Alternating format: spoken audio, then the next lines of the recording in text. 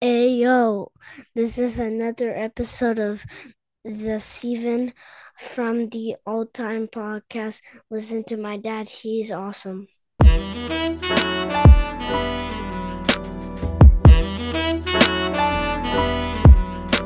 Welcome to a new episode of Steven from the All Time Podcast. I am your host, the Ayatollah of Hip Hop, the whole damn show, the rated R podcaster, a visionary, a revolutionary, and the voice of the voiceless.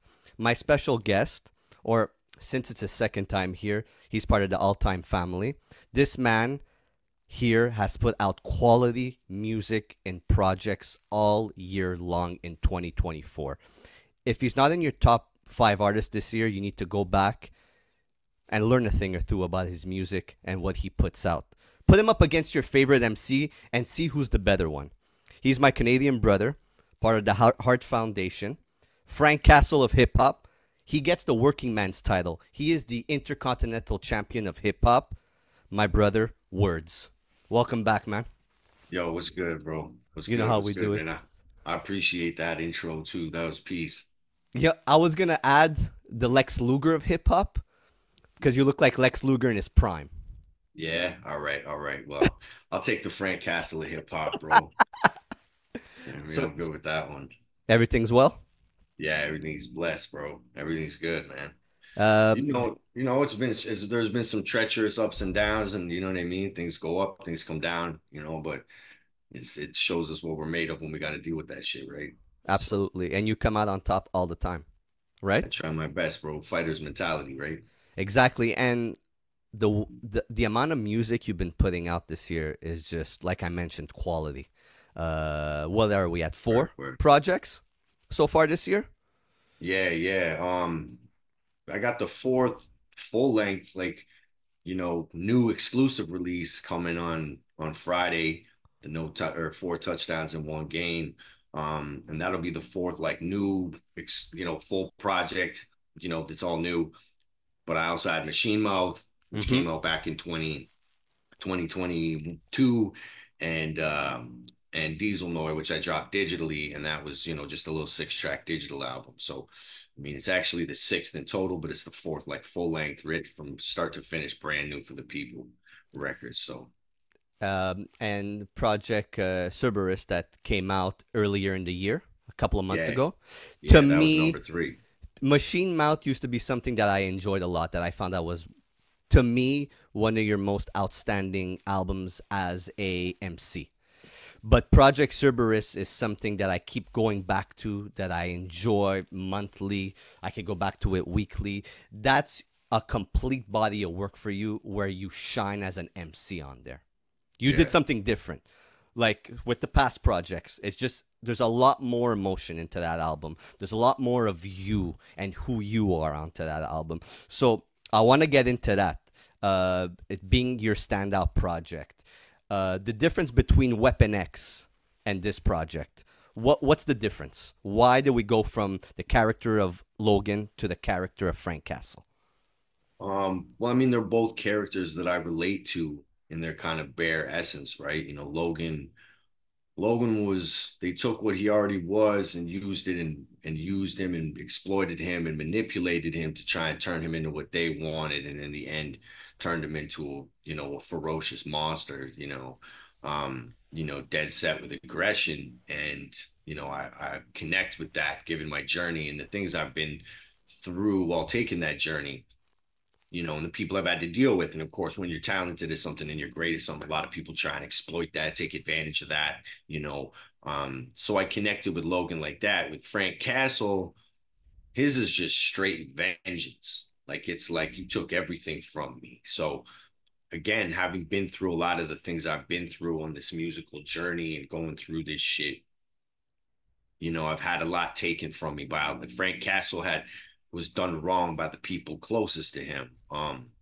So along the journey, I've had a lot of close people fuck with me and and steal from me or do me really dirty, where it at times it felt like they'd taken everything from me, everything I tried and built, all the people I was the closest with, and there's people out there, you know, made moves to try and destroy that or take that from me, or it was So as far as Frank Castle goes, I connected with that character, with that vengeance from rising up to just be like, I'm gonna destroy you all. I'm gonna fucking wipe you out. You know what I mean? And that's what that album was about. That's what this year was about. This year was about incrementally showing people, because I said last year I made a couple of moves. I put out a couple of records. I got on a couple people's radar. And I said, like, I'm coming for fucking heads in 2024 and then 2025. And 2024 will be the year where I just come, mercilessly decapitating people on my way as I walk the path. So, that album was kind of like what, middle of the year, pretty much just like, solidifying what I was there to do, which was to fucking murder everybody who done me wrong, leave nothing but a bloody trail in my wake as I just walked and, marched through this underground rap shit. And the bar that stands out for me is you see Frank is here after observing Logan's skill Yeah, yeah, yeah, yeah. on Punisher's vest. Yeah, man. You're It's a slick sharper. one. You're sharper also on here, and it probably has to do with you being able to spill everything onto the table with the emotions. And I want to get into No More Chances. It was a different process to write Cerberus. When I wrote Cerberus, I already knew where it was going. So when I wrote Weapon X, that was the album I wrote that was like, I hit up Ty Ferris and BarsOverBS and was like, look, man, I'd already submitted a few projects. I don't know if we talked about this on the other show. Um, but that album was made for them. But there was like a lot behind it where, it was like this all or nothing record. And I felt like I had to create a sound, and I had this one last chance, like both as an artist, like how many times can you keep submitting records and getting turned down and submitting records and getting turned down? Um, which and I understand there was an aesthetic and a sound that BarsOverBS goes with. Their brand is very specific, and and it's blessed to be moving with them now. And hats off to them. They've done incredible things for me. But at the time when I was writing Weapon X, I had fucking no idea what was going to happen with it.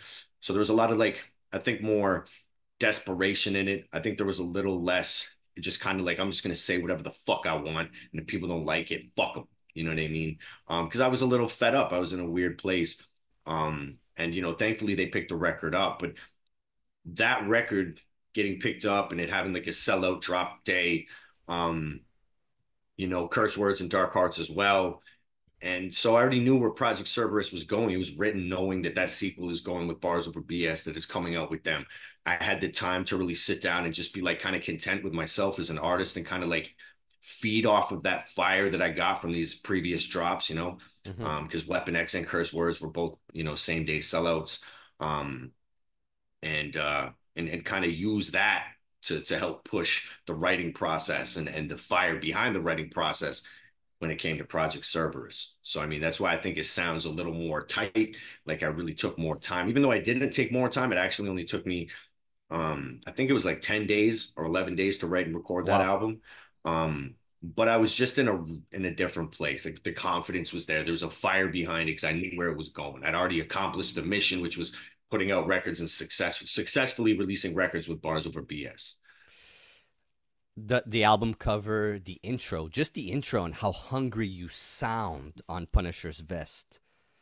I think it's some of your best, bar for bar, some of your best lyrics that you've put out. Yeah. And then we're gonna jump on Frank's Armory Part One Okay, let's do that. with Let's the talk that. with what went into that. How did that go into it? Because the beat switches three, four, five times on there, Four. four It's times, about four. and Four on part one. High Q did a phenomenal job on the production across the album, but specifically on that song. Yeah. The beat Right on. switches, your voice switches, the tone switches, your aggression switches, the anger in you switches. Mhm. So, what went into making that song? I mean, that was Q's idea actually. Like, so I mean, I can't even take much credit for it. He just said that he had this idea for a song and he thought he could. I mean, and if you notice, each one goes a little longer. So it Hmm. starts out with 4 bars, then 8 bars, then 16, then 32. That was my idea where I was like, okay, this concept's kind of been done. So how do we make our own version of it where it's not the same? where, like a Primo's four-course meal or something like that. You know what I mean? There's lots of tracks out there where they've done the beat switching up throughout. Um, and I was like, well, we got to put our own flip on it. So that's why I had it. I was like, well, maybe we'll just make it build up where each one is a little longer and it goes, the bar structure changes. Um, and then Q just sent me the beats and I wrote and we decided which one we thought would fit which gun, and we went over some of the cuts and shit, and he was sending me this, and I was like, I think this one sounds better. It's like the 50 cal, you know what I mean, type shit. Um, we had a lot of fun writing that because it was like, I don't get to do a lot of gun rap. I'm not a gangster rapper, right? So I don't go around rapping about guns very often. It's not like, it doesn't make.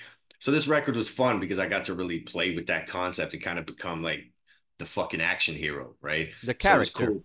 Frank Castle, Yeah, right? I really tried to take the character on, not just like throw a couple references into the album and just, you know what I mean? Um, so it was a lot of fun, like just going at that and thinking of different slick gun rhymes and all these because it's Frank Castle. We can reference all these different Hmm. different Gatling guns and rocket launchers and fucking 50 cal armor piercings. You know what I mean? Like, Yeah. so yeah, it was. I think that was probably the most fun to write on the whole album. Like that one, there wasn't a lot behind it. It was just like, how many slick ways can I talk about fucking killing fucking my enemies from a distance with different military grade weapons?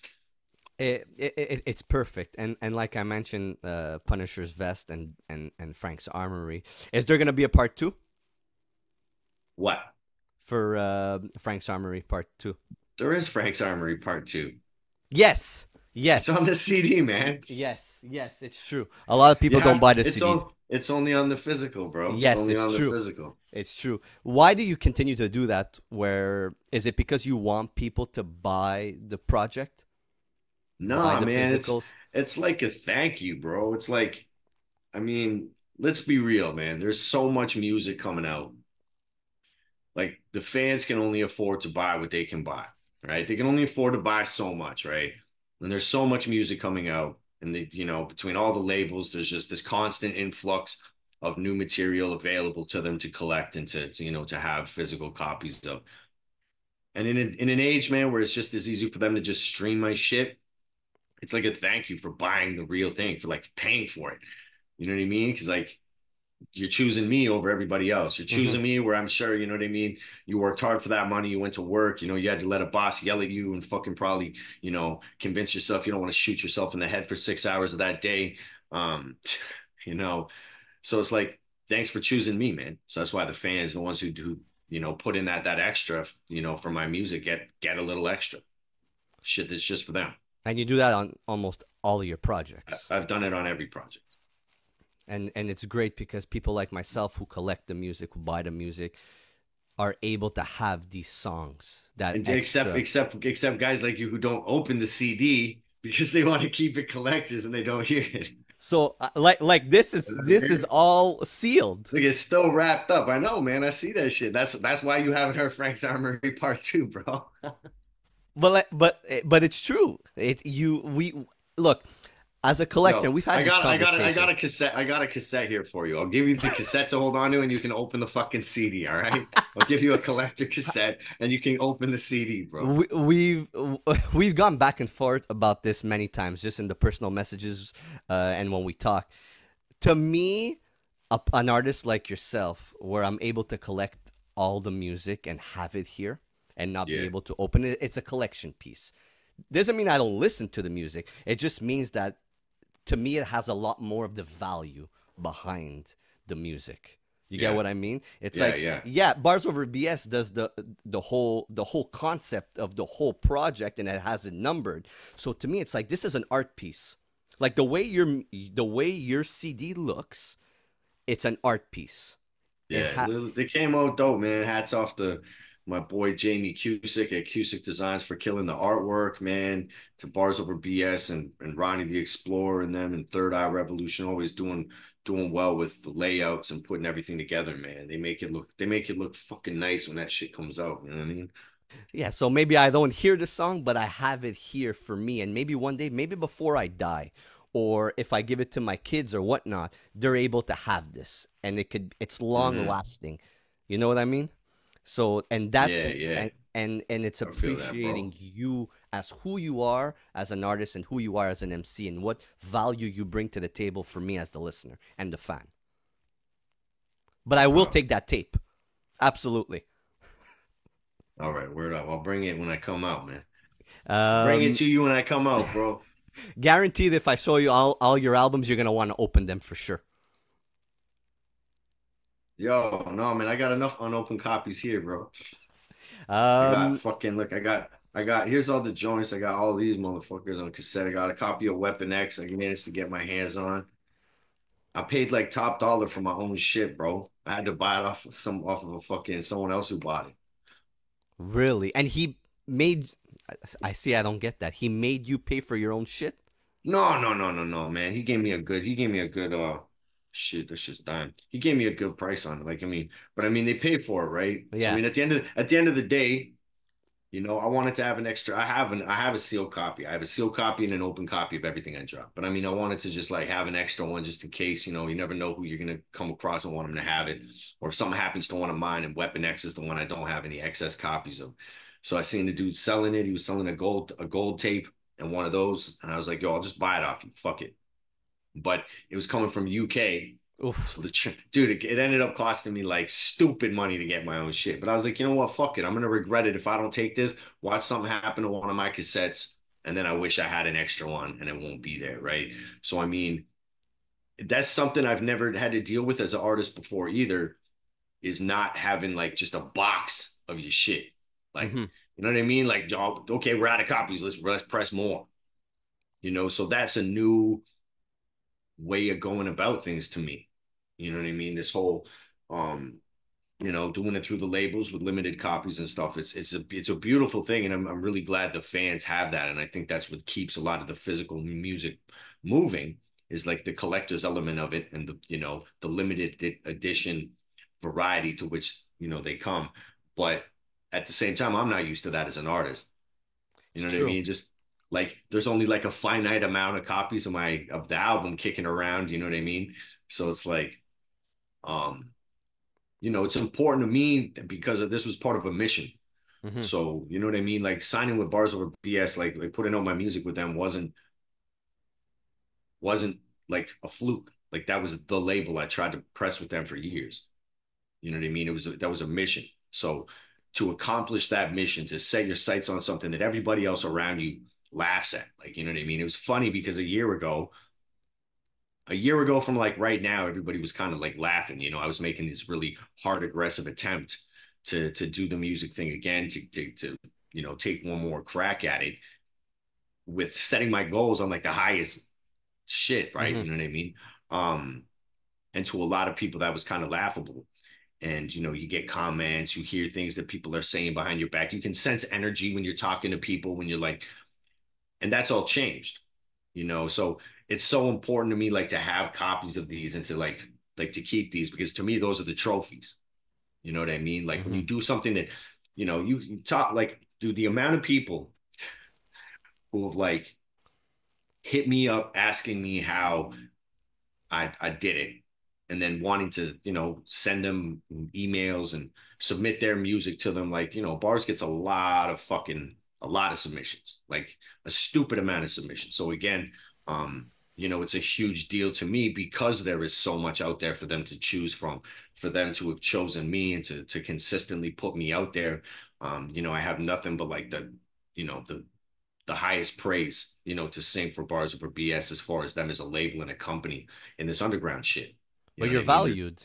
You like you are But there's valued as what you do and the MC that you are, man. You're a high caliber MCs. People should be valuing you for the music that you put out. People but should be the wanting to put your music out. That's and my you're right, and opinion, that's of right? course, of course, and but I mean that's all subjective, Mm-hmm. and personal to our own individual opinion. So for me to feel that way, but still it be recognized and acknowledged and be validated Mm-hmm. in return, you know what I mean? That yo, you did the work, you put it in. We see you now. That's what it's all about, man. I mean, we can chase money and we can chase props from other MCs, and those are always great, to get recognized by people we respect and look up to. Um, but to be taken seriously on a, as part of this wave or as part of, what's considered the top tier of this wave, um, in the level that we do it at, I mean, that's the prize, man. Like that's the prize to know that no matter what, no matter else what happened, like I achieved that goal and I was recognized and I stood toe to toe and I stood next to all these other MCs who are perceived and viewed and revered as the top tier of this underground shit. So I mean, it's really proving that I belonged. That's what it was about. It was about proving that I belonged there, and you can know you belong there all you want. You can, and other people can say it, but that's different than it actually being acknowledged in real time within the actual physical spectrum of what you're trying to do and where you're trying to do it. So, this is a big deal to me. So that's why I would spend like, $100 to get a copy of one of my fucking old cassette tapes just to make sure I have a backup. Because I hit up bars first and like, oh, we're out, man. We sold out of those long ago. Like, That's couldn't find one. crazy. Yeah, man, I couldn't find one. Like nobody had one. So I was like, fuck, I seen a dude selling it on the Bars Over BS like collector's page, and I was like, fuck it, I'll buy it. And he's like, oh man, he's like, he like showed me the receipt type shit, like just what he paid for them, just so that he's like, I'm trying to not charge you any more than I need. He's like, I just want my money back that I personally invested. It just sucks being from Canada and having to transfer everything over into, British pounds, stupid conversion rate, and then having it Makes no mailed from sense. from the UK as well. So it Oh was yeah, crazy, but and I got my shit back. I got yeah, my shit back. and it's great, and I'm happy that you're able to keep that for yourself. Are you like more the tapes or the CDs, real quick? Like if like you collecting and you I keeping your music, are you somebody that's gonna go more towards the tapes or the CDs? I don't even know, man. I like them both because I think they both. I like the CDs because that's how we all used to take in music back in the day, and it's similar, like it's familiar. We all got a CD. We all recently had a CD player. We can find one easy. But the cassettes just look nice, man. They got this Bars Over BS embossed on the back there, like Oh, right on, bro, right on the actual cassette, like with the little Obi and shit. Shit's dope, bro. So I don't know. I couldn't pick. I couldn't choose. I couldn't choose, man. this I find that the CDs look nicer, and the longevity of a CD versus a tape. Yeah, That's why I always continue to have CDs, collect CDs, and enjoy the CD format versus the tapes, where one day it could just all go to hell and fucking it's destroyed. yo. So I see you're wearing like a fucking a vest and a hoodie and everything, man. Is it cold over there in Quebec right now? It's actually 20 degrees today. That's what I'm saying. It's 25 degrees here today. 25 Fuck. degrees, man. In On October 30th. Yep. It's over 30. It's 25 degrees, bro. It's a So fucking it's a madhouse, man. you just mentioned getting props from your favorite MCs, Yep. the validation. Uh, you just put out a track that is gonna be the bonus track on the CD that I'm gonna purchase that I'm not gonna open. Yeah. The bonus track that you have to, I mean, but it's on YouTube at least, so you can check it there, right? You know what I mean? Absolutely, absolutely. No Unless a doubt, no 12 doubt. inch comes out or something where I could purchase that. But yes, the bonus track to the upcoming projects, 4 touchdowns in one game, featuring an elite MC, an MC from the early 2000s that put out quality projects, that was a mixtape king. That we've gone back and forth having conversation on how you looked up to him and his music and what Oh, he did bro. for hip hop. And we're talking about Saigon. Yo, big ups to Saigon, man. Yeah. That was, yeah. So dropped a Blinders for the Blind track, which I did really, in an odd fashion. A lot of people hit me up. Why isn't it available on streaming platforms? Um, and it's there's a science behind that. There's a business side of things, and then there's like a fuck everybody side of things that I'm kind of on. So at the same time, you know how I talk about I want my songs to be special, right? Mm-hmm. It's like I feel like the second you throw a song up onto the digital streaming platforms, you're whoring the song out. You know what I Mm-hmm. mean? You're not getting paid what you're supposed to get paid for it. You know that it's I don't know, man. I got my own opinions about the digital streaming platforms. So,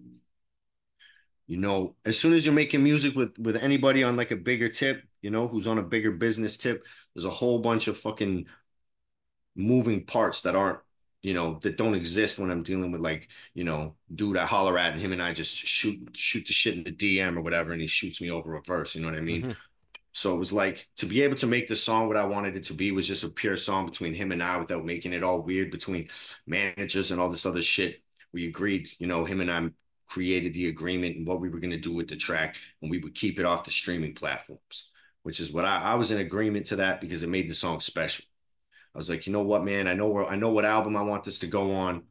This is a special song. This is something that I feel like, you know, I didn't want it to just be something everybody could have access to anyway. Because I feel like we're fucking murder. You remember back in the day when before you could just find any song on anywhere Mm-hmm. and you'd hear a dope ass track, but you could only find it on one project, and then that project hadn't been pirated 700 times onto the internet. And you would actually have to track a song down. And sometimes you wouldn't be able to find it. So when you heard it later on, say someone played it or it came on the radio, or it was on somebody's fucking mix CD or some shit or in there, it made it special to hear it. Mm-hmm. We've killed that. We've destroyed that with the music now. Everything is just available all the time, man. Tracking shit down doesn't really exist anymore. And I felt like with what I was doing with that song, and it made sense to me to do it that way because it's going to take something that's special to me and make the song special all the way around. So I was in total agreement to do it that way and make it where I was like, yo, I'm gonna throw it up on the YouTube and the Instagram, give it to all the DJs and they can all have it. We'll fucking get it out there. But for people to actually own it and to have it, I wanted to make that a fucking journey. I wanted to make that a challenge. I wanted to make it a song that people know is dope, but not easy to get their hands on. And then a thank you to the fans who buy the physical copy to say, yo, but you motherfuckers can have it. Exactly. So Unless you're mean, you don't open it, but we'll get that's a different story. But oh, the you do. I know you secretly open it, just slide it back into the package. Slide like you're opening a Christmas present. You know what I mean? He's got to rewrap it and put it under the tree so mom and dad don't find out you've been playing your video game while they were at work all fucking day.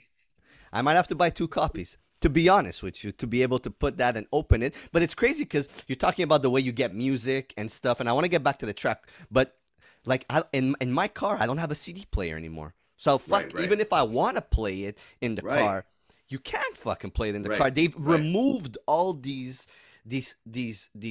objects or these well, where we were able to use it and be able to play the music. It's like it's nothing's for that part for the CDs and the tapes.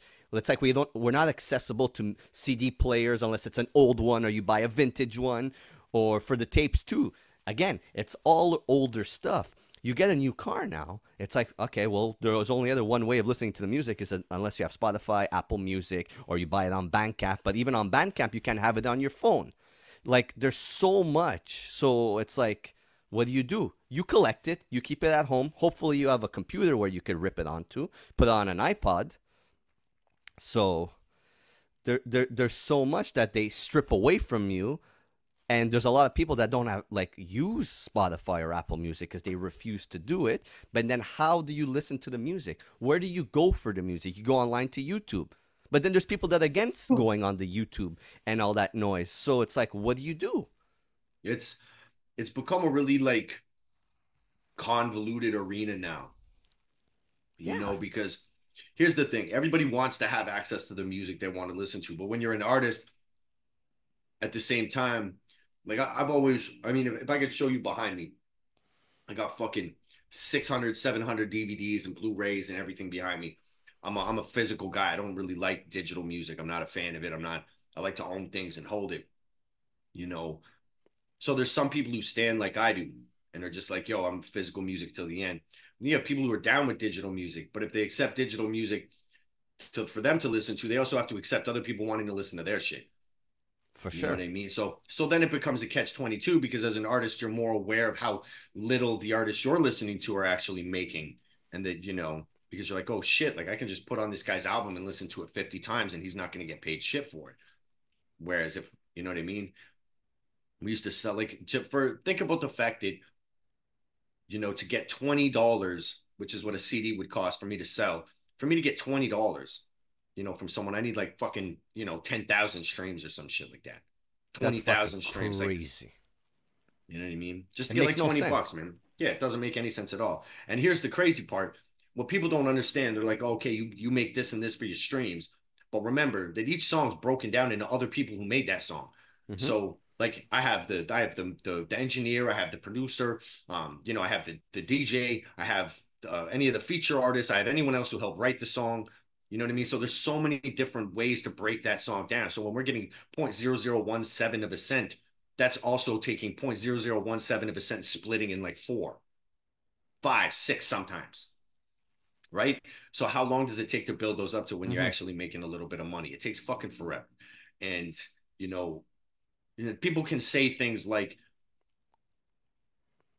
oh, it's good promo when you need it for this and that. And I'm like, but that's the reason why people aren't just buying CDs. That's the reason why when you put out an album, you know, only maybe 10% of the people who are listening to it are buying it because they have that other avenue. Hmm. We would never accept that before. But Fuck it's no. almost like, yeah, so I'm sitting here going, are you guys accepting it and making excuses for it, because you believe in it, or is it because you just don't want to have to stand up against it and admit that we're getting robbed? And that we're choosing to get robbed, and we're openly allowing ourselves to be stolen from because we would rather people be able to hear the music. And we've been cucked into accepting our music being out there for free, essentially as a promo tool, which is again like when people want to pay you in promo dollars. You know what I mean? But there's also the artists that now don't put out physicals. Like they don't. So like us as the fans can't buy it. Right. So So that so what happens is when all this shit shuts down, because it will, eventually it will die. Eventually these companies will fucking fall and the music will disappear. and then you're fucked. And Your music has no longevity after right, at the end of the day because there's no right. physical. You're not able to own it and hold it in your hand That's like right. I do with what I have. Put out You like know. that, and that's what I always tell artists, or if whether I'm having a conversation with a friend or whatnot, the artists need to put out the physicals. It's important for them to be able to put out the physicals so that their music could be appreciated for a long term. But a lot of people don't realize that, like, or at least they're probably they're not focusing on it. That like,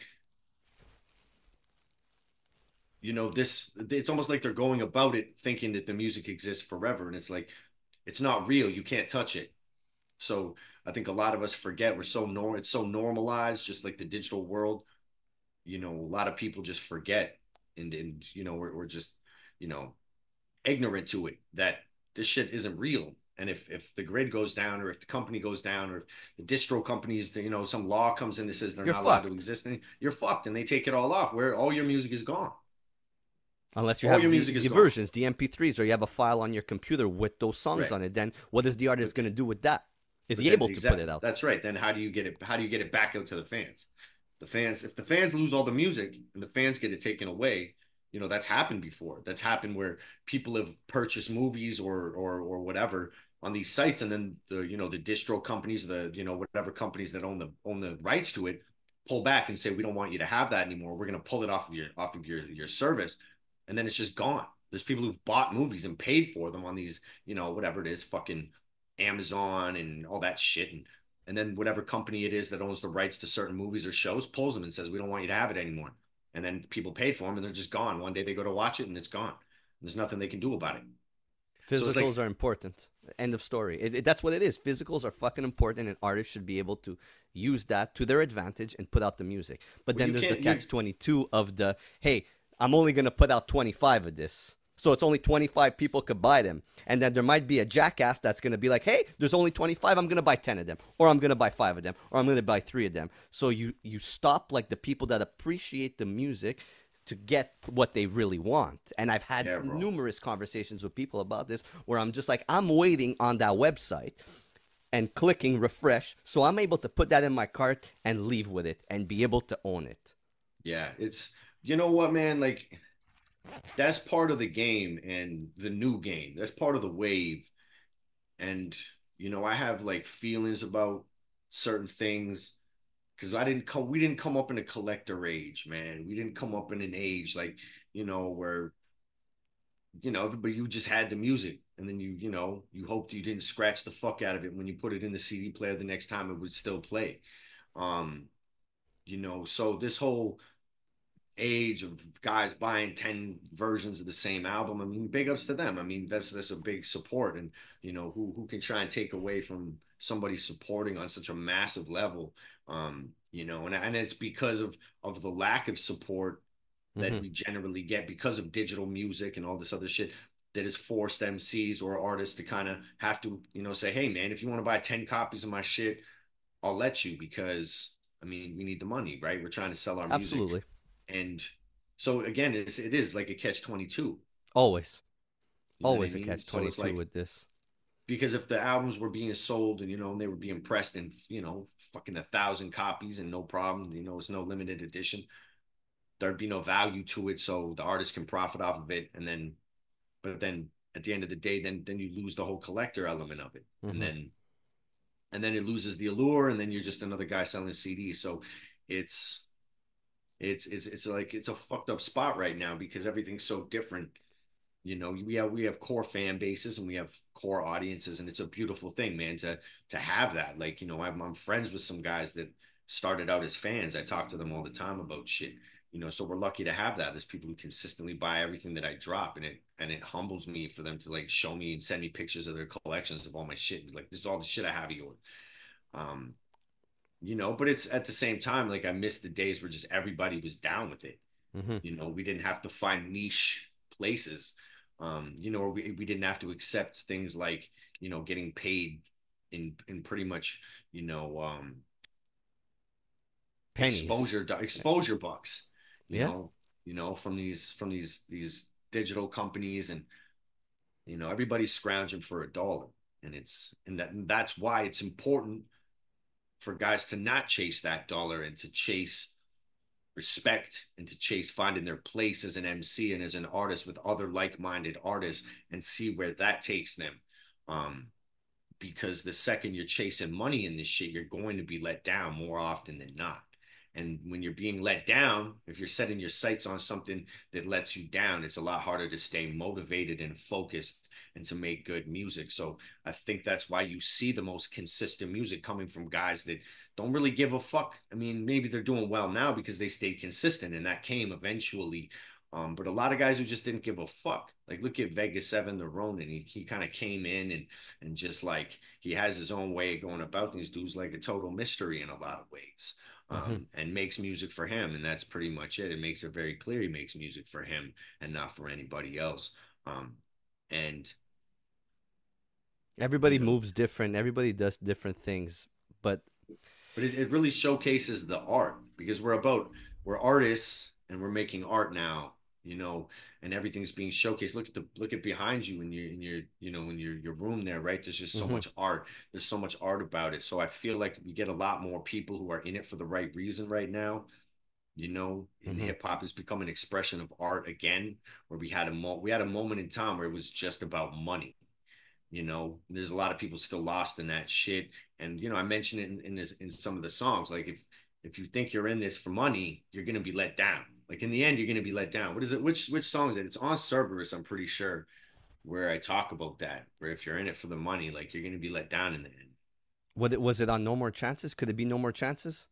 It was either No More Chances or Vigilante Truth, I Yeah, think. which One are of those on my ones, list of my top favorite songs of the right? album. Like, if you're in it for respect, or just to belong and to find your place and to be around other people to inspire you to make better music or for you to become a Hmm. better artist, then you're in it for the right reasons. But like, there isn't a lot of money in the underground. If you're fortunate enough to come across some, then be humble and be appreciative and grateful that you were able to make some money, that people actually were like, damn, like, I'll pay for you to have your music. Beyond selling CDs to your buddies and shit. Be I grateful and be humble, and do what you can, and that will take you a lot further, because in this game it's about the circle of artists, the mhm. circle of tyrants, pretty much, in this shit. And the And respect everybody has for each other that's right. also, and which is super important.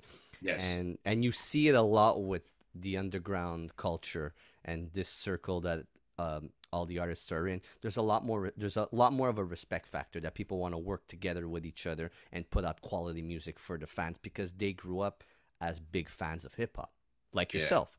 And that's why you working with Saigon, and and I know how much this track means to you. It's an important track for you as an artist. Why is that? Oh, bro, that's bucket list shit, man. Like, fuck, man. Saigon in 2004, like 20 years from right now, Warning Shots was in my Discman, my CD player, all day, every day. Like, he was my number one dude, bro. Like when I found out he was, because I was like into that Entourage show, and then I found out in the second season he was going to be on that. So I was, dude, I was like, I was all about this guy because lyrically, he was the first like political MC that I got into, that I really started to listen to what he was saying about politics and presidents and the way the world works, and it just really clicked with me because I always felt that way. When he was just such a slick talking, arrogant little motherfucker, you know what I mean? Little stocky dude punching motherfuckers in the face and shit. And I just like connected with that. I really, really felt his music, and he influenced me in a huge fucking way, coming up in the early 2000s, early mid 2000s. Like Abandoned Nation mixtape. I've tried to find that.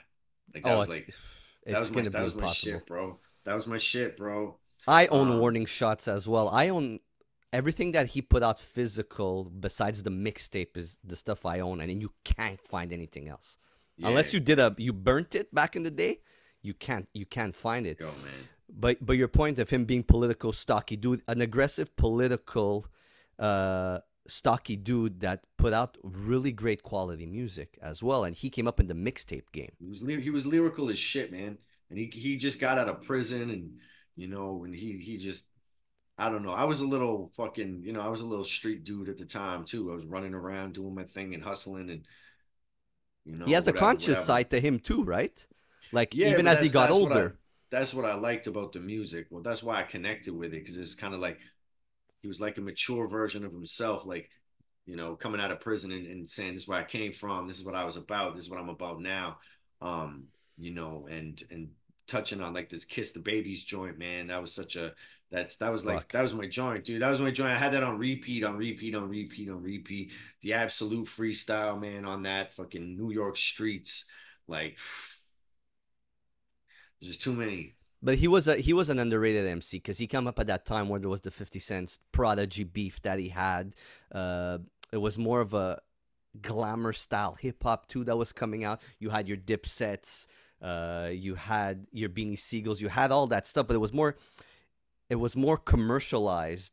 But he kind of stayed there into that underground world with the mixtapes and what he was talking about. That at that time, not a lot of people wanted to hear. But he Yeah, stood out for you. He stood out for people like me because he had that consciousness. He had that music that we wanted to hear. He was that artist, even though he was on Entourage, and that's fine because I think he did a phenomenal job on Entourage. But he was that guy that we would go back to after we were listening to the Jay Z's or yeah, that yeah, yeah. style. You know what I See, mean? but He I mean, had that. I was always into like more underground shit anyway. Like, I got into underground stuff in like high school, so I was always going toward more lyrical hip hop. I was never into whatever that was the most popular. There was some stuff I listened to that was popular, um, and a lot of stuff is good, and then artists, can't keep themselves. When I was into the game for a minute, I thought that guy had some potential around the same time, and then he just became like unbearably intolerable, man. Which Very album? He did. the He doc. came out a I couple like of good that. projects. I like that documentary album, man. But then he Doctor's just, Advocate was good. yo, there's just, you know what I mean? There's too There's much some dude. noise with these guys. With like the more commercialized, there's too much I noise that got comes with it. so tired of everybody. It hit a point in hip hop in where I got tired of everything being drama. Like, I love I came from the battle scene, so I mean, of course, I love that aggression. But it was like, man, there was just hip hop was always drama, and it was like, so that's why I felt I steered away from the mainstream element of things, because the mainstream was always pushing these beefs and these dramas to sell records for these labels and all this Hmm. other shit, right? You know what I mean? And most of it's absolute horse shit. Most of the beefs are fucking just It's dumb. contrived. Yeah, it's There just was made too up much of shit. it. Look at the beef And DVDs. They all came up in the 2000s. right, right. So, selling division and selling sides and selling, beef and violence. That was a heavy thing. It all And it came for got, money. yeah, of course. But I got really tired of it. Like I didn't like it. I mean, that's why I got more into like the underground shit. I was always into the underground where skills mattered beyond anything else.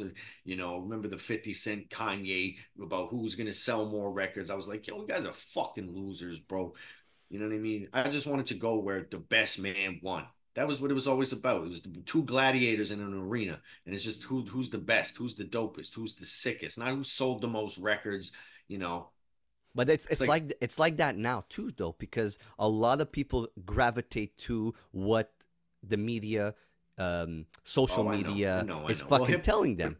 but hip hop has always been that genre of music that they could use violence and beef and confrontation and conflict to sell the genre. It doesn't work in other genres of music. You know what I mean? No. Rock bands aren't talking about rolling up on dudes and shooting them and fucking each other's bitches and digging up dirt on them. And it's like, you know what I mean? Hip hop was always used as a scapegoat to push violence. It was always used as the network to push violence in any musical genre.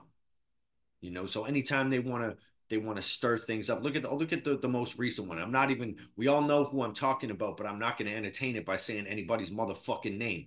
I couldn't turn on my any of my social media for like a month. I never heard one of those songs by either of those motherfuckers. I don't care. They're both trash. None of that shit's beef music. It's not battle rap music was like fucking, you know, selling beefs and selling battle rap is very different, Two different things. Two different right? things. So it was like, to me, they stopped selling battling. They stopped selling the art of two MCs battling each other and started selling the actual beef. Hmm. And yeah, that I never liked that, man, because to me it was always about, yeah, but can you rap dope? And in the underground, back in at that time, like you had your Jedi mind tricks, you had your Weathermen, you had Cage, LP, you had these guys that were coming out, and they had skill. It was kind of where we used to go to get away from what was being shown to us. Right. Then, and that's exactly what it was. It was to get hip hop Hmm. without the whitewashed or financially driven, monetarily driven element there to change what it's about and change the motivation behind it. You know what I mean? Like when there was underground beefs, it was more like two dudes who actually had beef with each other, like real drama with each other, Hmm. because they And saw each other at a club or some shit and had a beef, or like, anyway. It's the underground was more, a window into what was real, and the mainstream was a window into, what we wanted it to be. hmm It was a fantasy world. Like, so I mean, anyway, we could get into that topic and talk about it for fucking ever. But I always gravitated more toward what people were saying when it seemed authentic. Even with beefs and with battling and tension, it had to be authentic. And meant you something, know, right? yeah, anything that 50 Cent was involved in wasn't authentic. You know what I mean? Or there's just got tired of these dramatic, theatrical things that were always pulling away from the music. And it was like most of the guys who we were hearing about battles and beefs with made pretty shitty fucking music by then. You know Oh, what I mean? are making shitty music now, Yeah, right? well, yeah. So, So this is gonna be the bonus track on four touchdowns, one game. Let's talk about four touchdowns, one game. all right, let's do that. Let's What's the do it. Let's difference do it. between this and the last couple of projects that came out? Oh man, this is me just going back to rapping and talking shit. There's no. I use the Al Bundy theme, the four touchdowns in one game, but that's more because when I wrote it, I wrote it right after Weapon X. Um, and like right after I wrote Weapon X, not after I hadn't even dropped Weapon X yet when I wrote this out. Oh wow. Yeah, I wrote it in December, January, so December 2023 into January 2024. I think it was like 9 days or 10 days, and I just found this pocket, and it was this. I'd always wanted to do some kind of themed around Al Bundy because he's the working man's anti-hero. But it was like Al Bundy was this dude who spent his whole life, talking about what could have been. about this one moment in time, right? Which I felt like a lot of people did. A lot of guys did some rap shit, and then, they had a moment, and then they faded off into their lives and they got jobs and they did this, but they still live in this world. They still talk about what they did back, that one thing they did back in 2005. And, you know, essentially, like the song Glory Days by Bruce Springsteen, that whole concept of living in the past and being identified by one moment in time that was a long time ago, and always using that as your point of reference, you know, and I never wanted to be that. And that was kind of why I did what I did when I did this. I was like, yo, I don't want to be like, I felt I went out on a low. The last time I was really doing music, I felt like I just didn't, things just got fucked up and I kind of faded away from it. And then, all the things I did, I was like, yeah, back when I did this in 2012, when I did this in 2010. And I was like, yo, I didn't want to be that. So when I wrote that album, I really wrote it like furiously, dedicated to trying to go hard, and never be that guy, and always be pushing forward and always be trying to keep it moving, because I didn't want to be that guy talking about his glory days and what he could have done. And if this guy, the laces were into, laces in type shit, you know what I mean? Some Ray Finkel. I didn't want to be that motherfucker. I Ray didn't want to be Finkel. Al. I didn't want to be Al Bundy talking about his 4 touchdowns in one game and giving up on life, um, and giving up on the dream, which a lot of people did. A lot of people did that, and it's unfortunate. I know a lot of talented guys that I think really could have gone the distance if they had have, just gone through some of the harder times, and not let other people's influences, get in their head. I know some really talented motherfuckers who could have, who deserve to be with the top dudes, but they just didn't put in the work, man. They just went and got jobs and decided, fuck this, this shit's too hard. I ain't making money. And we all got to make those decisions. But at the end of the day, you know what I mean? We regret all the shots we don't take. You know what I mean? We miss 100% of the shots we don't take. And I don't want to live in regret. So it was like, that's why that album was made. And that's why I used that theme, just to be like, yo, I'm never going to be that dude. When you hear me rap on it, you'll know exactly what I'm talking about. And Is it one of your I'm most just, lyrical? oh yeah, bro. That's just me going off. I found the pocket on this joint, bro. Like, it's How many just straight, it's how straight many nod tracks your are we head, boom, getting? back. 13 on the physical, 10 on the digital. Features? Guy Grams, High Q, INF, J Car, and Saigon on the physical. You keep going back with High Q. Yeah, that's my boy. Yeah, but this album's produced by Al Capella. Yes, but you keep going back with High Q. Is that somebody that you're gonna always put out projects with, and individual projects where it's just Yeah, artist, bro. producer? Yo, bro, we cooking, bro. Me and Q are cooking, bro. We're always cooking. Like, shout outs to the mad genius, man. Oh, He's he's on we're we're his we're all we're production. always we're always way ahead of our curve where him and I are going, man. So we got some dope shit in the pipe right now. We're wrapping up a couple things and then starting a couple of things, and you know what I mean. Do you find it important to just be one producer, one artist for projects that you do? Do you I think find that it more easier. cohesive? Yeah, I mean, I find it easier to do. Um, this rap shit's full of a lot of weirdos, bro. Like, the more people you start involving in what you're doing, the more, especially when it comes to like beats and shit like that. Like, a lot of these guys, when they got like 7, 8, 9, 10 different producers on their album, but these are just guys they got beats off of, right? And it's like, I've had a lot of shit where I've put out joints, I've got beats for guys, I've put out tracks, and later on they're coming back at you, yelling at you about some shit. You just never know what nonsense someone's gonna put you through. And I feel like by including some bunch of different people on a project, or bringing in new producers. You just never know what energy in the long term they're going to bring to that whole music. So it's like, these are guys I work with, these are guys I know, these guys I've put music out with before. So it's like sticking with them. So I know where this album is going to go. I know what energy is going to come along with it. I know what to expect as far as, reciprocation from the others involved, and how much investment I'm going to get from them when it comes to putting the record out. Um, you know um yeah, it's like I'm trying to keep the circle tight. I used to try and find, want to, find all the dopest dudes, but just because someone makes dope music doesn't mean they're not a weirdo fucking piece of shit. There's a lot of weirdos in this rap shit, bro. You know what I mean? Like, That's Look at what happened with me and the fucking the Grimes dude, right? You know what I hmm mean? That guy's burned his bridge with everybody. I have a whole record with that motherfucker, and I can't even look at it. And it's one of my favorite projects. Oh You know, fuck, really?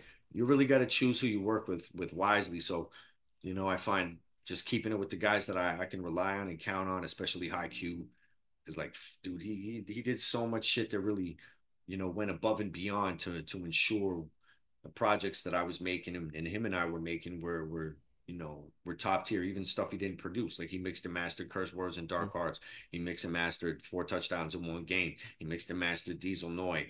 Um, so the fact he believes in me like that, where he goes out of his way, where he's like, "Yo, what do you think about this? I think this would sound really dope, or I added this, or I did this and flipped this," and he's always going above and beyond to make my shit proper dope. So I mean, having musical relationships with people like that's very rare. You know what I mean? So it's like, yeah, I try and keep it tight in the circle and work with the guys I know I can count on. And I know they have my best interest in mind when we're making music.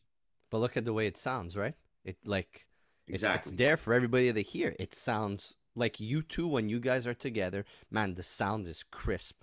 It's amazing. The drums, like just on Cerberus, like I went back and listened to it today and yesterday, just to get into the mindset and the sound of it, man. And I'm somebody that when I listen to hip hop, and I've said this numerous times on this podcast, like I'm always listening to what the producer is doing. How are they able to give you different sounds throughout it? And the way he laid out the drums on that project, man, it made the project what it was. It was on point with your voice, your tempo, and the way you were putting down your lyrics. And I find that super important for an artist like yourself to be able to that platform, that whole concept of it, and just laying it out for you to be able to do that, and him going back after, because he's a producer that I'm sure once everything is completed, he go backs and listens to it where he can change the tempo of the sound. Yeah. It's weird because we had a sound in mind with Cerberus. Like, I told him I wanted this kind of like haunting, kind of like when you like listen to like Punisher Vest and Brass Knuckle Jedi, right? Like I said, look, I'm like, I want to kick the album off. I want it to sound like kind of dark, but almost like the lyrics I'm putting on this the melody are the opposite of what you would expect from the melody. You know what I mean? And he sent me that first one. I was like, yeah, send me some more shit like this.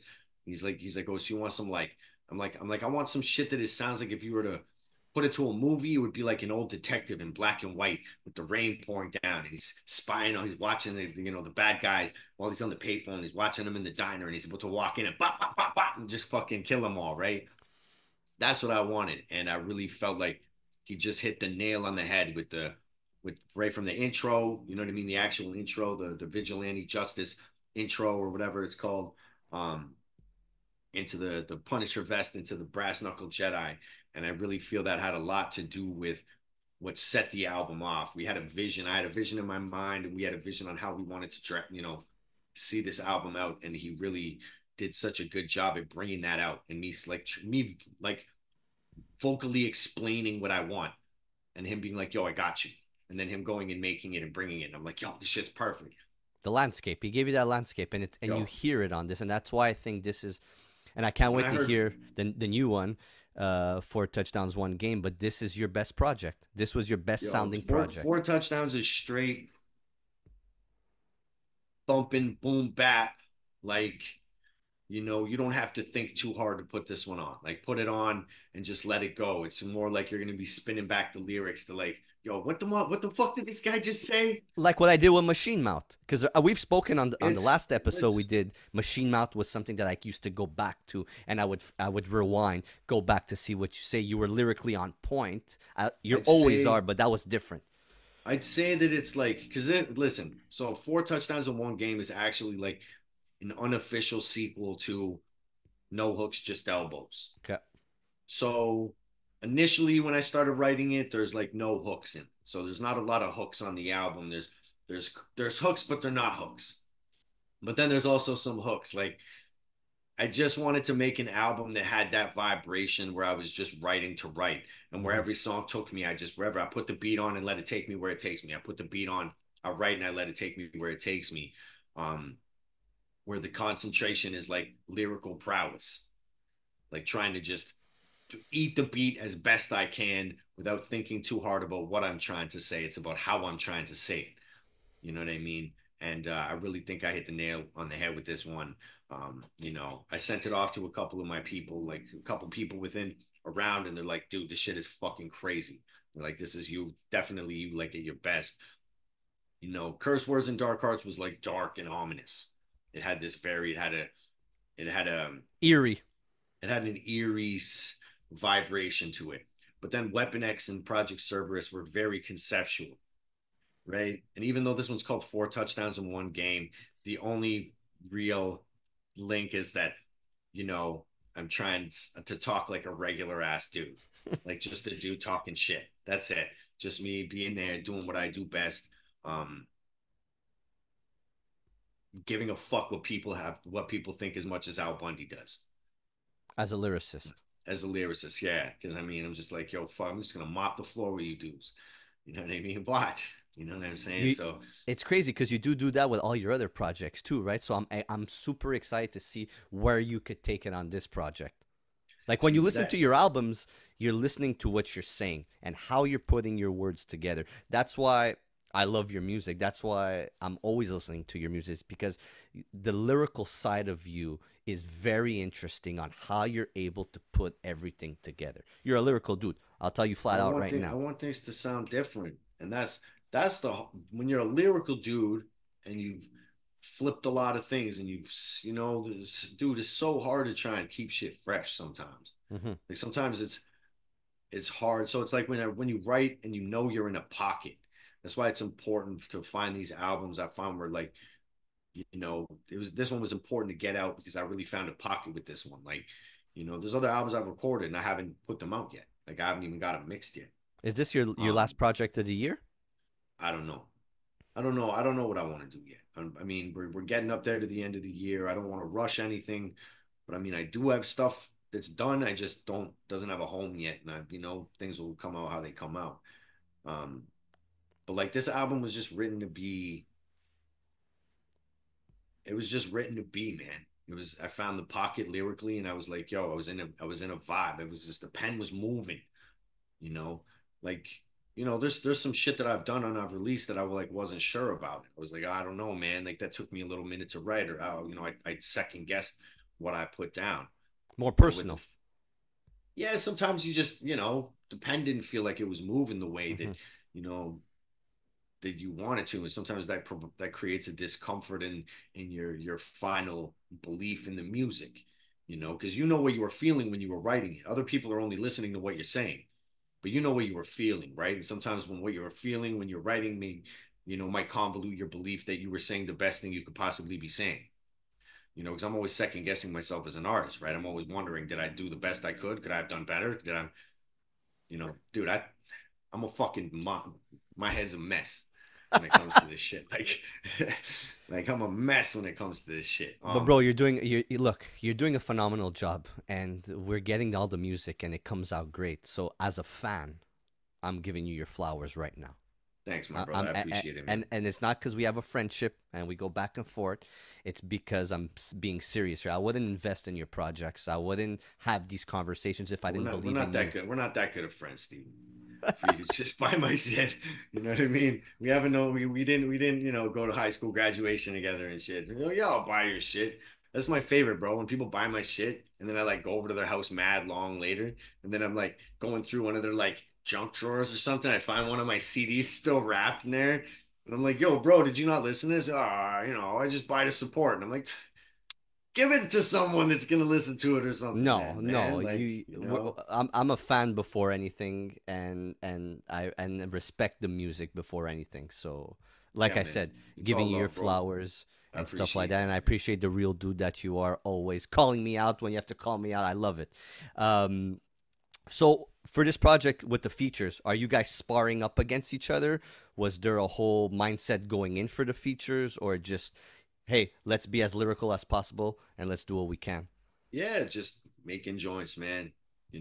The Saigon one came out proper. Like that one wasn't meant to be on the album. That one just was added to the album. So um that one came out. I finished, like I said, I finished writing and recording that in January of this year, and the Saigon joint, came around like March. So yeah, so that I just added that to the list. But that one was the only one that really any actually like real creative thinking went into, where I was like, how do I want to write this? Like, what do I want to talk about? What's the best way to approach this? Like, yo, honestly, on some real shit between you and I mean, I guess everybody now who's gonna watch this shit. But when me and Saigon did the joint, he's like, yo, hit me up with a ref for your shit, like what you're gonna say, and then send it to me, and then I'll get on it and I'll write my parts. So like a week, I'm sitting there, I'm writing. Course on I rewrote it 10 times. Like I'm writing a verse to send to Saigon, right? So I'm like, Hmm. yo, like I gotta fucking make sure this is the best I've ever done. Like this is the best I could do. And so I'm thinking I'm gonna send it to him, and then he's gonna listen to it, and then he's gonna go and he's gonna write, and then he's gonna send me back. So I sent him my ref. As soon as I sent him my ref, he sent me back his part right away. Like it was already done, recorded. So he'd already done it. So him and I talking on the exact same thing happened on its own. We didn't talk about this beforehand. We didn't say, okay, this is what we're going to discuss. I had no idea that he'd already written his verse when I wrote mine and sent it to him. We had no Wow. discussion about it. He said, yo, said it. He's like, write your shit, send it to me. Let me know what the topic's going to be, send it to me. So then I was like, okay, cool. So we never had a discussion about the topic. We both just wrote on the same topic. And it made sense the way it And came out, man. It's yeah, amazing. that's It's crazy to me, man. So yeah, it was, and that's I wanted to make a song with Saigon that reflected why I listened to Saigon in the first place. I make all these battle rappy songs with everybody all the time that show how dope I am at rapping and how dope the guys I like to rap with are at rapping. But with Saigon, I was like, this is a song I gotta hold on to for the rest of my life. This wasn't some shit set up through, one of these little, third party companies. hmm Me and him, we talked, we spoke, we had many conversations before there was ever an agreement that we would do a song. We spoke, and he's a really good dude, and I respect him as a man and as a father and as an artist, of course. Um, he didn't have to do that shit for me. It I dealt wasn't with him, and forced. It it wasn't wasn't forced. forced. And that's what made it beautiful was, we ended up talking about the same shit, and it really came together the best way I ever could have seen doing a song with Saigon could have come together. That's some shit that, if it wasn't me on that track talking that shit with them, I would have been bumping that shit hard as fuck. Being like, no, listen to what these guys are saying, bro. And that's all I wanted to do. I want to create music that if it wasn't me rapping it and somebody else was rapping the same shit, I would listen to it and it would inspire me.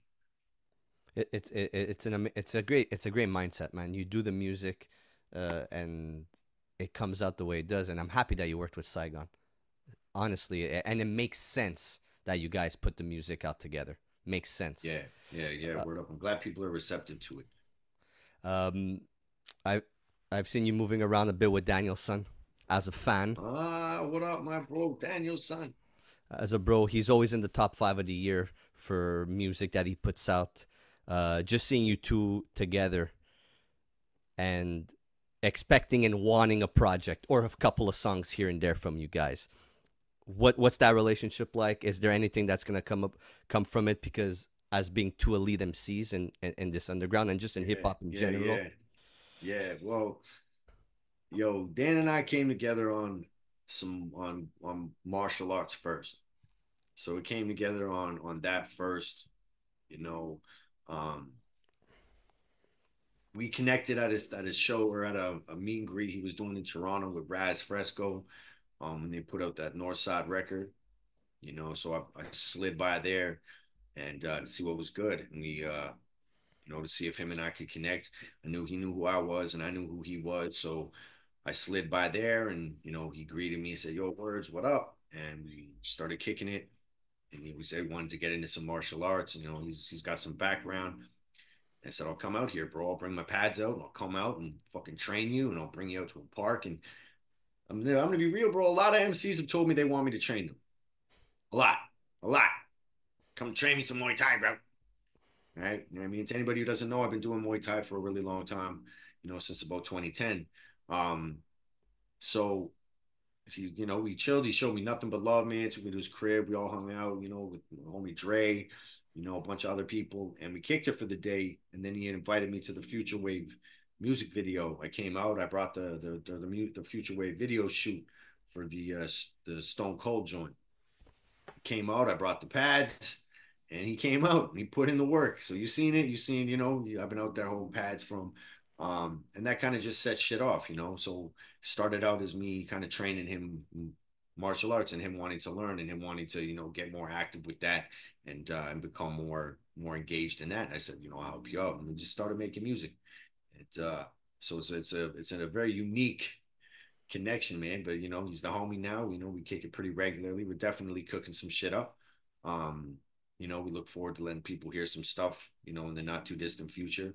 Just want to make sure it's the best music that we can, of course, give people and, right time and whatever. But yeah, shouts out to the man Sun Tzu, appreciate, every time I'm out in Toronto, shows nothing but love, him and his fam out there. So it's been yeah, got shit cooking and I gotta go out there and I haven't made him puke yet. So I still gotta go out there and push him hard enough to make him puke, right? You know what Man, I I'm mean? So excited for that. And for what you guys do for just Canada as well. I think it's super important that you guys get the recognition that you guys deserve. And being from Canada, because I find a lot of well, Canadian MCs don't I get the think recognition. I think what a lot of guys do is I think most Canadians, not most, but there's a lot of Canadians who have a unique sound that separates them. Like Canada has this. There's a lot of guys who almost sound like Canadian rappers, if you know what I mean. Like Mm-hmm. they have a distinct sound that goes this distinct way. I find guys like, Dan, my homie Half Cut out of Calgary. He's really, really, really dope. There's a few guys who, if you didn't know they were Canadian, you would think they were probably from New York or Baltimore or some shit or Philly, right? Mm-hmm. And so I really think that there's certain guys who are trying to carve their way without being known as Canadian rappers. Because that's a stupid label. I Mm-hmm. don't want to be a Canadian rapper. That's retarded.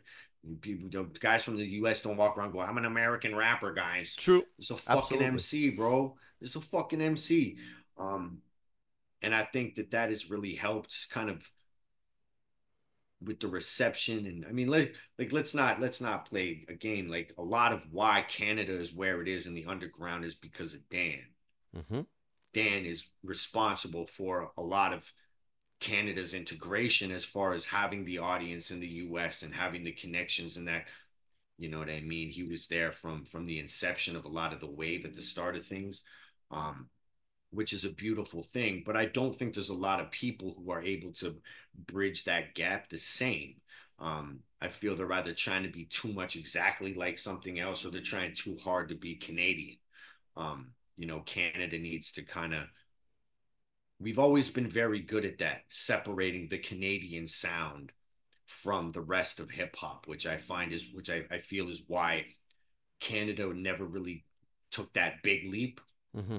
because we were always too busy trying to be our own instead of just making dope fucking music. Because I don't want someone to listen to me and go, that's a Canadian rapper. I want someone to go, yo, that guy's from fucking Canada. Yeah, I don't even fuck that. There's no way that guy's from Canada. That's what I want people to say. Most people, when they hear they hear my music, they think I'm like a 6 foot black dude from fucking New York. When they hear the growly, grizzly shit in the songs and Mm-hmm. stuff, and then they find out I'm a white guy from Canada. It's kind of a running joke. To to to the point you're trying to make, just me as the fan though, and being from Canada, I'm happy that you guys are flourishing the way you do, Of and course, of course. being from here. I think that's important, being from here and just be able to bridge that gap, like you said. Danielson has he's we solidify him as that MC who was able to do that in the underground scene, Yes, and man. it's very important for people. I just want people to know that, you know what, there is amazing Canadian artists. Whether you don't want to have the title Right, as a right. Canadian artist, But that there is amazing Canadian artists. Because when I there go out is. to the States and people look at me, they're like, "Oh, you're from Canada? It's cold there, right?" Oh, you guys listen to hip hop down there? Like I get what you mean with the Right. title, but it's Yeah. important for people to know that there's really amazing. I'm not saying dope. I'm saying amazing quality MCs that come from Canada that are able to Yeah. bridge Yeah. that I gap, mean, like you said. and that, but that's what I'm saying is I know the talent is there, but I feel like the talent from Canada that's getting the due that it deserves are the ones who aren't focusing, and you wouldn't know we're from Canada unless someone told you they were from Mm-hmm. Canada. You know, it's it's just it's an interesting thing. I've talked about it a lot with a lot of people, just what I feel the downfall of our country was as far as really being able to step up and be taken seriously as a whole. As Canadian MCs, where yeah, we made a lot of we have a very different sound. It's a lot more washed over here than it is to, as far as our neighbors to the south go. Mm-hmm. And so it's a beautiful thing to be able to be viewed in that circle of MCs that just sound this way over here, where it's like, again, you wouldn't know I'm from Canada unless you heard me say I'm from Canada. It just sound like I Absolutely. belong. I sound like I belong over here with all the other dudes, and that's, same with like Dan. He's got that just vibes over here. There's a lot of guys like that, man. Well, One. I had no idea until like you dig into the artist and what they're about and where they come from. I think it's important for people that listen to the music, not just to listen to the music, but really to understand the MC and where he comes from and what that person is about. That's what I do with the artists I listen to. I just don't want to press play. I want to Yo, my dig deep into what they're about and where they're from and how they started and what they're doing. And that's why this platform exists. Yo, my dude half cuts from Calgary, and he sounds like he's come straight out of like Brooklyn, the Bronx, or some shit, man. You know what I mean? He's got that. There's such untapped talent here, man. So, and I feel there's guys like myself and and a few other people I know, we mentioned them on the show, um, who are just seeing other people flourish and seeing other people get respect and seeing Mm-hmm. other people get their shine and giving people the opportunities is important to them. You don't see a lot of that. I mean, you really don't, man. But the thing is for the most part, you have people that are so in competition with each other because the plate feels so small sometimes Mm-hmm. that like people think the best way to go about getting what they want is cutting each other's throat, or just ignoring other people. But I mean, a lot of guys who, and here be an example of what created the wave in itself. We spoke about this earlier, was the support that all the artists within showed each other. It was the strength in numbers. It wasn't like, look at all the different crews and all the different MCs from all the different areas of the United States that kind of entered into the wave, but they weren't all fucking shitting on each other. They weren't all competing. They were all homies with each other. Everybody's commenting on each other's shit. Everybody's showing each other love. Everybody was putting each other on. And that was the power of the wave. Strength in supporting each other in numbers is the important thing. That's the way to go about it. What fucked us up and why everything got fucked up in the first place was everybody became out for themselves. Hip hop used to be about community. How can you have a community if everybody's shitting on each other and everybody views everybody else as competition and therefore the enemy or the ops With no support, with no not supporting support, each other. right? Right. So there's some people out there, and I'm grateful to have connected with them who see the value in ensuring that we're all moving together, or that you know we're looking out for the next guy. We're looking out to see, oh, yo, you're really dope. You've been putting in a lot of work. Let's make sure you get some spot. Like if you notice, there's a lot of guys on my albums I put on that maybe a lot of people don't know about, but Well, it's I know, important. but I know they're incredibly dope, and I want people to know about them. That's how we hear about them. You're doing the That's right right. thing by That's right. supporting them and promoting them to your fan base. Because dope is dope, and as far as if we want to maintain that caliber of MC out there, and we want to maintain the quality of music we're giving fans, then we have to be acknowledging that dope needs to be seen. And if we're always trying to gatekeep the talent from other people hearing it because we're afraid they might start liking their music more than us, Hmm. then we're just making the same mistakes as the past, and we're just creating that segregated, divisive, community, which is, bound to fail. Hmm. A community that supports itself and each other, is bound to prosper. But once everybody starts shitting on each other all the time because everybody is worried that there isn't going to be enough of the pie for them. But once Absolutely. that right, but that's the difference between the ones who are really going for who want where respect and acknowledgement, humility and being on some more grown man shit really comes into play, like we were talking about earlier, rather than a lot of these dudes who are just in it. They think it's some sort of a payday, or they think there's going to be some grandiose fucking, you know, It ain't about the financial money. reward. It's good to That's get right. the money, but it ain't That's about the right. money. It's about what you could do as an artist and how Well, you could that's do it as an artist, man. when you're doing it for money, then everybody's competition. When you're doing it because you when you're doing it for respect or for acknowledgement or for belonging or for appreciation, you know what I mean, from your peers who are other people that you respect and look up to, and and hold in high regard, then you have a circle of people doing it for the art, for the motivations of artistic growth and artistic belief. Like, it's it's it's it's deeper than what people think it is, man. Like, there's levels to this shit. And when I look at all the different guys doing their thing, you know, they're always exchange the way you see a lot of these guys talk to each other, a lot of these incredibly talented, dope MCs. Um, they're always on some grown man shit. It's all about elevating each other. There's no room for negative talk to bring the energy down here. It's always up here. Don't need to do Um, that though. It should everybody should be supporting each other and just wanting the best for each other. yeah, in a perfect world, bro. But So, we but this have there's it is happening more and more in the underground culture of now, where you see a lot more MCs working with each other. Like, just take for example you and Danielson and the people that you put on your project, because you guys want to see people succeed and grow, for the importance of the music and the promotion and pushing those artists forward. And it's great to Yeah, word see. on, man. It is. It's good to be in a situation where you know, where I'm able to, where I was able to navigate things to get me to where I feel like I'm working with the right people, with the right like-minded artists, who see me for how I want to be seen, um, you know, and be welcomed as part of the peer group rather than, like, competition. You know what I mean? I do my own thing. This guy does his own thing. Everybody's doing their own thing, man. We all got our own little lane and shit. And I'm just happy to kind of be, moving the way that I'm moving with who I'm moving at the moment. Absolutely, man. Before we get up out of here, this rollout, 4 touchdowns, 1 game. What are we looking Yeah. at with physical release, digital release, all that Yo, jazz? bro, that shit's coming. Bars over BS on the 5th of November. So this should be dropping right around then. Um, Digital drops Friday. So by the time this comes out, the digital will already be up. That's just the 10 track. And then the 13 track Bars over BS is coming on the 5th. And then I might have some other plans to do some other cool little variants with it along the way elsewhere.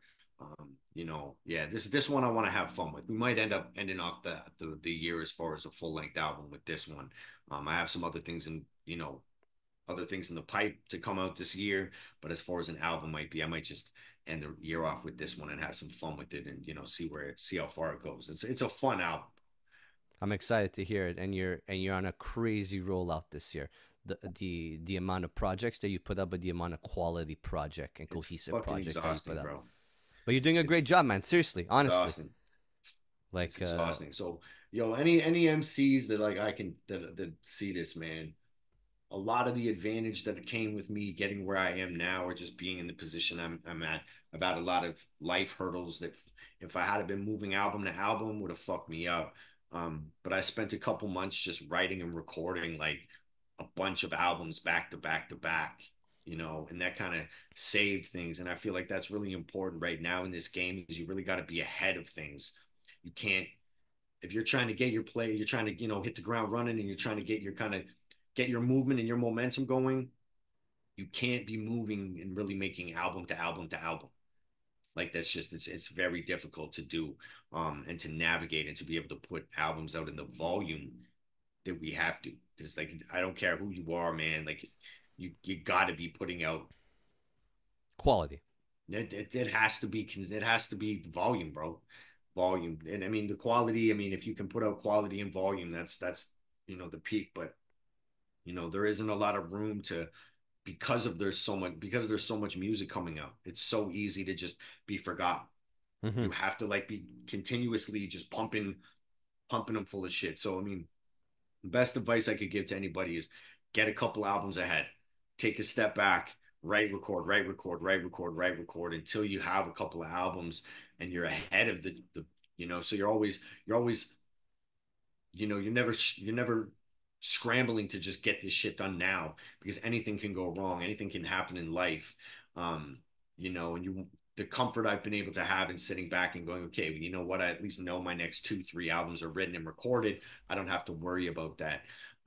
So I've been able to be consistent with the volume of music I've been putting out, but that's because I like sat down and made sure that I wrote music that way, to do it that way. And you and several other people have taken notice that like, yo, man, you've been really consistent. You've been dropping some heavy, high volume and heavy quality of music, but like I had to set out to do it that way, and this is such a finicky time to do music where like fans expect something pretty consistently, man. It's very easy to get forgotten right now, which is again why I do things like get bonus joints on the physicals. It's like fucking thanks for choosing me again. Thanks for not forgetting about me while I was away. You know what I'm saying? So it's yeah. I mean, make as much music as you fucking can. Don't think that one album is gonna carry you through a year. It just does not work like that in this new wave of music, man. And That's and to your point, just be different on the way you put out the music as well, and you do that with your music. Like you said, the bonus tracks or just the physicals. I think that's important too. Keep wanting the fans to support you. Right? It's super important, man. And I appreciate you. I appreciate the music that you put out. I appreciate everything that you do as well for hip hop, for the culture, for this underground culture.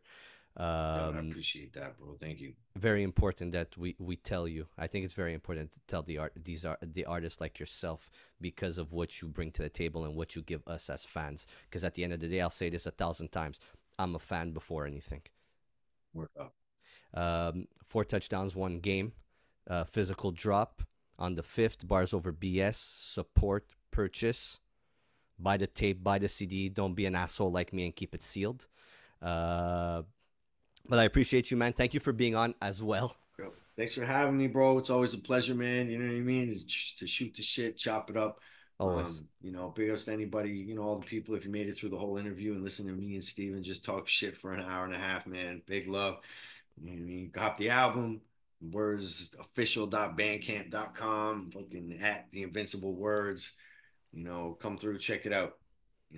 I make good music. Hopefully you like it. 1,000%. Support Words. Physical release on the 5th. Like we said, 4 touchdowns, 1 game. And if you haven't, so many great projects this year. Fucking go on Bandcamp, stream them. Fucking go on eBay, Discogs, spend $100 on a tape or on a CD, or hit up Words. Do you have any leftover copies? Yeah, I got leftover copies, bro. Amazing, man. The Intercontinental Champion of Hip Hop, Words. I appreciate you, man. Take care of yourself. Yo, big love, homie. Peace, Cheers, man. Homie.